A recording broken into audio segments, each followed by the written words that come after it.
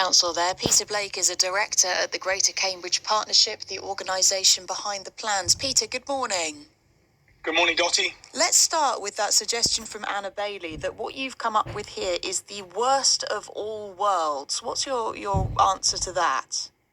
Well, I would disagree. Let's examine what we've done. We have gone out, as you and I have spoken about, the previous consultation, a major consultation, 24,000 people responded. And they said some quite distinct things. They said there's a real problem in Greater Cambridge and we need to do something about it. They very much supported the public transport, walking and cycling measures, but they were far less sure about the sustainable travel zone. And so what we've been doing in the interim period is reviewing all of those responses, listening to those responses, and we've come out with a revised set of proposals that both reduce traffic within our area, but significantly enhance the opportunity to walk, cycle and use the bus. Are you really listening? If so many people responded to this consultation, took the time to respond and said, we don't like the sustainable travel zone, why are you persisting with that idea? Well, they said that we didn't like the proposition that was put out. Well, did they say that, Peter, or do you think they didn't like it altogether? Well, interestingly, Dottie, because we had a number of open questions. We didn't just say yes, no, because this is far too complex for a yes, no. We said, what don't you like about it? If you don't like it, what might you change? And so, we had a lot of comments to say, well, why should I pay when the roads aren't congested? How can you better target the proposal? So what we've done is we've responded to some of the detail that came through in that consultation. And we've said, actually, we'll now look at changing the charge so it's peak times only. A lot of people said, what about flexibility? I have a dentist appointment or I need to take the dog to the vets. So we've come up with the concept of 3 days if you're an account holder. So 53 days, almost one a week, where people will be able to use them just to give that flexibility that they felt they needed. So absolutely, I think we've listened during the course of the consultation and revised the proposals accordingly. And just to be clear, anyone will be able to apply for those 50 charge-free days. Tourists will be able to apply for them and merrily drive into Cambridge 50 times a year if they want to. If you register for an account, because obviously the 3 days we want to try and make sure this is smooth and seamless in terms of delivering it. So if you register for an account, you can have 53 travel days during charging times. Let me read you some comments that we've had this morning, Peter. Mandy says, so they now say we won't get a world standard bus service or cycleways. We already have great cycle links. That's from an avid cycler friend of mine. It would help us, though, if the verges were cleared. But if you can't adjust your workday, then you will get stung going in or out of the city. And for many thousands of people who keep this city going, they have no choice but to live outside the zone. My thoughts remain the same. Scrap this idea and introduce a tourist tax. This is from Mark, who says anything to extort and squeeze a little more money out of the motorist and pay the wages of the people making up this farce. Chris says, what part of we don't want it don't they understand? I think there is real frustration that this idea of a Cambridge congestion charge, Peter, is persisting. And there's real frustration, Dottie, with the problems that exist in Greater Cambridge that are traffic-led, whether they're congestion, their air quality, or issues around the climate. Well, presumably those people commenting, actually, they prefer the traffic, they prefer the congestion to the idea of paying to drive through the city. And they're entirely entitled to have that opinion. But actually, a lot of people have said, we need to fix the problem.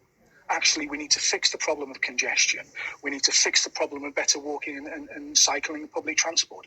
And these proposals generate significant amounts of money.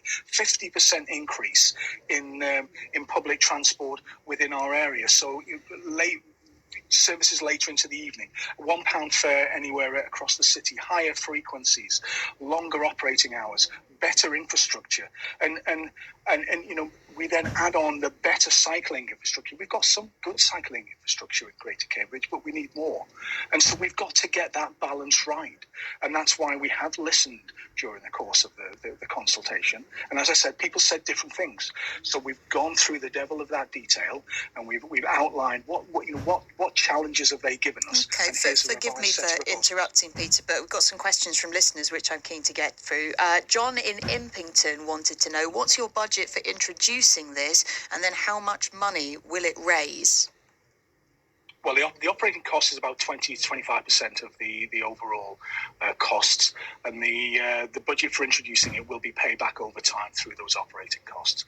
All of that information, we've published all of it. It's all available on our website. There's a business case we're obliged to publish. Can you just give us the numbers now? Is that okay? Well, the operating cost is 20 to 25% of the scheme cost. So you're looking about £6 to £7 million per annum. And again, that needs to go through procurement exercises, hopefully with reducing that over time. Okay, and to introduce this, how much will that cost you? Well, as I say, all the numbers, Dottie, for that are outlined in the business case, and that's repaid over time by the scheme. Okay, but you can't just tell us the number now. There's a lot of numbers in that business case, Dottie. Synthesising that quite quickly would be a challenge. All that information is in 300 pages on our website. I'm not asking you to give us every number in the document, Peter. I'm asking for how much it will cost to introduce the infrastructure. What a Cambridge congestion charge will involve. You must have a figure for that. Well, we've got a number of figures, Dottie, in terms of what that might look like. So that might look at 20, 30 million pounds over a period, and as I say, it's then recouped via the scheme over time. Okay. Of course, by reining in your plans for a congestion charge, you're going to raise less money to put into public transport. Does that affect your plans for, £1 fares and buses every 10 minutes through into the late evenings from the Cambridgeshire villages?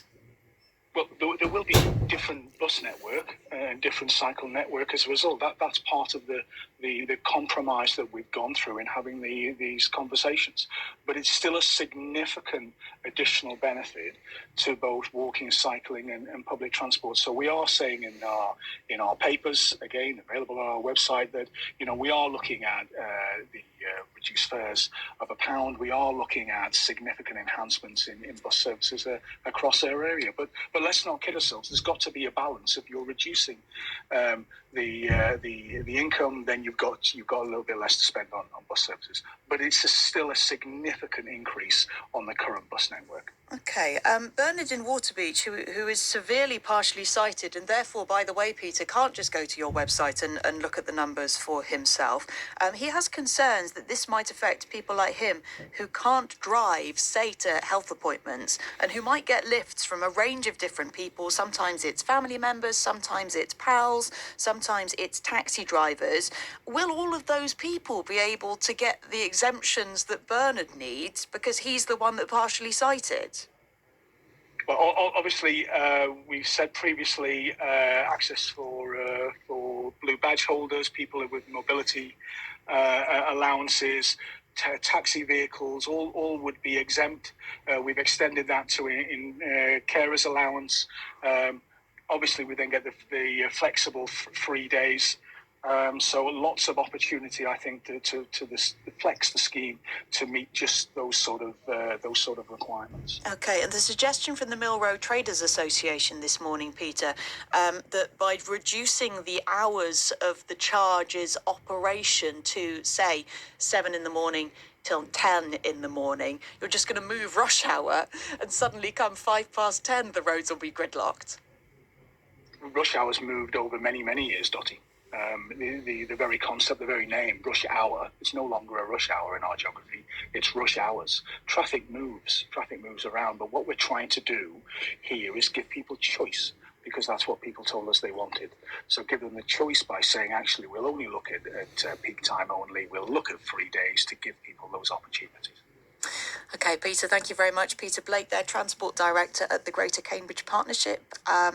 Let me know what you took from that. 08000 85 95 96. My WhatsApp number is 08000 321 333, and do start your message CAM.